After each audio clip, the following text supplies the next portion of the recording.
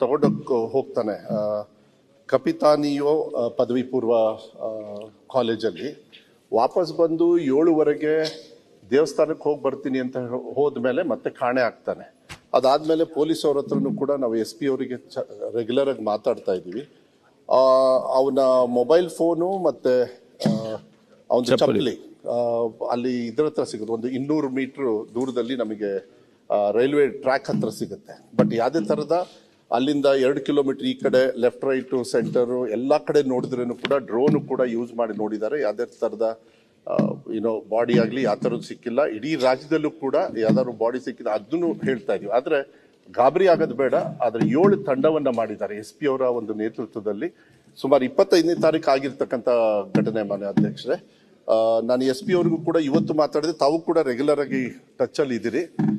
ಅದನ್ನ ಆದಷ್ಟು ಬೇಗ, ಆಮೇಲೆ ಅವ್ರ ಮೊಬೈಲ್ ಸುಮಾರು 16 ಡಿಜಿಟ್ ಇದನ್ನ ಹಾಕೊಂಡಿದ್ದ ಅವನು security code. So 70 lakh codes ಇದು ಮಾಡ್ಬೇಕದ್ನ. ಅದಾದ್ಮೇಲೂ ಕೂಡ ಇವಾಗ ನಮಗ್ ಬಂದಿರ್ತಕ್ಕಂಥದ್ದು ಮಾಹಿತಿ, ಅವರಲ್ಲಿ ಯಾವುದೇ ತರದ ಅನುಮಾನ ಆಗ್ತಕ್ಕಂಥ ಯಾವುದೇ ತರ CDR ಕೂಡ ಬಂದಿದೆ, ಯಾರ್ಯಾರಿಗೆ ಬಂದಿದೆ, ಮತ್ತು ಅವ್ರ ಸ್ನೇಹಿತರ ಮನೆಗೆ, ರಿಲೇಷನ್ಸ್ ಮನೆಗೆ ಎಲ್ಲ ಕಡೆನೂ ಹೋಗಿರೋದ್ರಿಂದ ಯಾವುದೇ ತರದ ಲಿಂಕ್ಸ್ ಸಿಕ್ಕಿಲ್ಲ. CC ಕ್ಯಾಮ್ರಾಸ್ ಎಲ್ಲದೂ ಕೂಡ ಮಾಡಿದ್ದಾರೆ. SP ಅವ್ರ ನೇತೃತ್ವದಲ್ಲಿ 7 ತಂಡದಲ್ಲಿ ಎಲ್ಲದೂ ಕೂಡ. ಮತ್ತೆ ನಾನು ಹೋಮ್ ಮಿನಿಸ್ಟರ್ ಕೂಡ, ಯಾಕಂದ್ರೆ ಅವ್ರು ಇಲ್ಲ ಅಂದಿರೋದ್ರಿಂದ ನಾವು ಉತ್ತರ ಕೊಡ್ಬೇಕಂತ ಅವರು ಮೂಲಕನೂ ಕೂಡ ಇದನ್ನ ತನಿಖೆಯನ್ನ ಮಾಡಿ ಆದಷ್ಟು ಬೇಗ ಅವರ ಫ್ಯಾಮಿಲಿಗೆ ಆ ಮಗುವನ್ನ ಬರ್ತಕ್ಕಂಥ ಸ್ವಲ್ಪ ಈ ಹಾಲ್ ಟಿಕೆಟ್ ತಗೊಂಡು ಬಂದ್ಮೇಲೆ ಏನಾದ್ರು ಆಗಿದೆ ಅಂತ, ಅದಕ್ಕೆ ನಾನು ಅದ್ರ ಬಗ್ಗೆ ನಾನು ತನಿಖೆ ಅಧಿಕಾರಿ ಅಲ್ಲ ನಾನು. ಆದ್ರೆ we are with the family. ನಾವು ಏನದನ್ನ ಆದಷ್ಟು ಬೇಗ ಮಾಹಿತಿಯನ್ನ ತಗೊಂಡು ಅವ್ರ ಫ್ಯಾಮಿಲಿ ಅವರಿಗೆ ರೆಗ್ಯುಲರ್ ಆಗಿ ಏನ್ ಡೀಟೇಲ್ಸ್ ಕೊಡ್ಬೇಕು ಅದು ಕೊಡ್ತಕ್ಕಂಥ ಬೇರೆ ಬೇರೆ ಆಂಗಲ್ ಎಲ್ಲ ಒಂದು ಆಂಗಲ್ ಒಂದೇ ನಿಮಿಷ. ಪರಂಗಿಪೇಟೆಯ ದಿಗಂತ್ ಅನ್ನುವಂತ ವಿದ್ಯಾರ್ಥಿ, ನಾನು ಶೂನ್ಯ ವೇಳೆಯಲ್ಲಿ ಕೊಟ್ಟಿದ್ದೆ, ಅವ್ರದೇ ಕ್ಷೇತ್ರ ಅದು. ಕಾಣೆಯಾಗಿ ಇವತ್ತಿಗೆ 8-9 ದಿನ ಆಯ್ತು. 8-9 ದಿನ ಆದ್ರೂ ಕೂಡ ನೀವು 5 ತಂಡ ಮಾಡಿದಿರಿ, 6 ತಂಡ ಮಾಡಿದಿರಿ. ನಾನೇನು ಸರ್ಕಾರ ಬ್ಲೇಮ್ ಮಾಡ್ತಾ ಇದೀನಿ ಅಂತ ಅರ್ಥ ಇಲ್ಲ.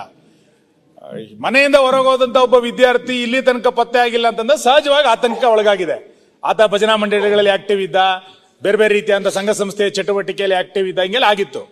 ಇದನ್ನ ಖಂಡಿಸಿ ಮೊನ್ನೆ ಪರಂಗಿಪೇಟೆ ಬಂದು ಕೂಡ ಆಗಿತ್ತು. ದೊಡ್ಡ ಪ್ರಮಾಣದ ಪ್ರತಿಭಟನೆಯೂ ಕೂಡ ಅಲ್ಲಿ ನಡೆದಿದೆ. ಆ ಭಾಗದ ನಮ್ಮೆಲ್ಲ ಶಾಸಕರು ಕೂಡ ಹೋಗಿದ್ದಾರೆ. ಇವತ್ತು ಸರ್ಕಾರ ಇದನ್ನ ಸ್ವಲ್ಪ ಗಂಭೀರವಾಗಿ ತೆಗೆದುಕೊಂಡು, ಅಲ್ಲಿ ಇರುವಂತ ಪತ್ರಿಕೆಗಳಲ್ಲಿ ಬಂದಿರುವಂತ ವರದಿ ಏನು ಅಂತಂದ್ರೆ, ರೈಲ್ವೆ ಸ್ಟೇಷನ್ ಅಲ್ಲಿ ಚಪ್ಪಲಿ ಸಿಕ್ತು, ಆ ಚಪ್ಪಲಲ್ಲಿ ರಕ್ತದ ಕಲೆಗಳಿತ್ತು, ಇವೆಲ್ಲ ಟ್ರ್ಯಾಕ್ ಅಲ್ಲಿ ಸಿಕ್ತು ಅಂತ ಹೇಳ್ತಿದ್ದಾರೆ. ನೀವು ಮೊಬೈಲ್ಗಳನ್ನ ಟ್ರೇಸ್ ಮಾಡ್ತಾ ಇದೀರಿ ಅನ್ನುವಂಥದ್ದು ನಾನು ಸ್ವಾಗತಿಸ್ತೇನೆ. ಆದ್ರೆ ಇದಕ್ಕೇನಾರು ಒಂದು ಸ್ಪೆಷಲ್ ಫೋರ್ಸ್ ಏನಾರು ಮಾಡಿ ಇದನ್ನ ಕಂಡುಹಿಡಿಯಲಿಲ್ಲ ಅಂತಾದ್ರೆ ಆ ಮನೆಯ ಆತಂಕವೂ ಕೂಡ ಕಡಿಮೆ ಆಗ್ಲಿಕ್ಕಿಲ್ಲ, ಮತ್ತು ಊಹಾಪೋಹಗಳು ಬಹಳ ದೊಡ್ಡ ಪ್ರಮಾಣದಲ್ಲಿ ಹರಡಲಿಕ್ಕೆ ಪ್ರಾರಂಭ ಆಗುತ್ತೆ.